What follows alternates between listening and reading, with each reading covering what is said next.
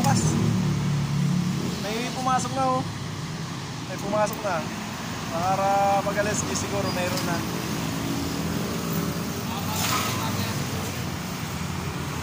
Nabangan ko na, baka lumipad din eh. Baka lumipad ng chicken. Hindi ko lang po alam.